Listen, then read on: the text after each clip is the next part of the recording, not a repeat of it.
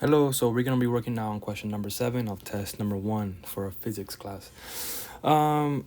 So this question is saying a projectile is fired at time 0 from point 0 at the edge of a cliff with the initial velocity components of f of x equals 30 meters per square, not square per second, sorry, and the velocity of y equals 100 meters per second. The projectile rises, then falls into the sea at point P.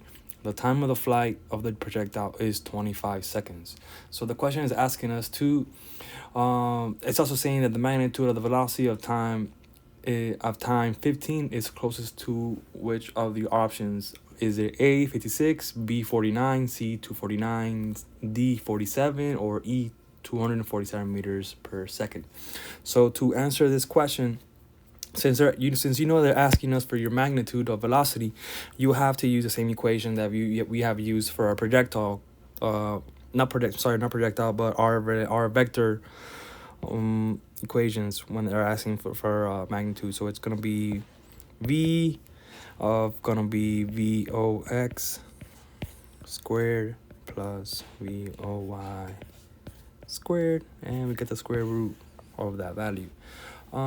So they're saying, this question is saying that our v of x is 30 meters per second, which we already got that. So now we need to find our y. So to find our y, we could use the formula.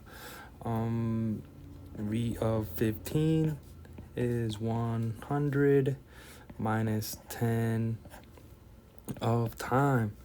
Or this is, it also could be v. So this could be, hold on, v, no, not that. So sorry. So this could be v of y is initial velocity of y minus a of t. So this is the equation that we're using for this. So this comes out to 100 minus 10 of 15 is 100 minus 150, which is 50 meters per second. So now we got our v of y. So you do that, if we plug that into our formula, we have our equation. We have 30 squared plus 150 squared. This comes out to 900. This comes out to positive 2,500. Don't forget this.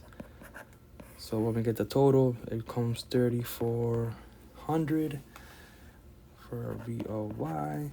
And then when we square that value, not find the square root of that value, we end up with 5803. No, not, sorry, but it's 5831 meters squared. So the question states to find the magnitude of the velocity of time 15 to the closest to. So our ending value is 58. So the closest option to our 58, it will be 56. So the answer to this question is option A.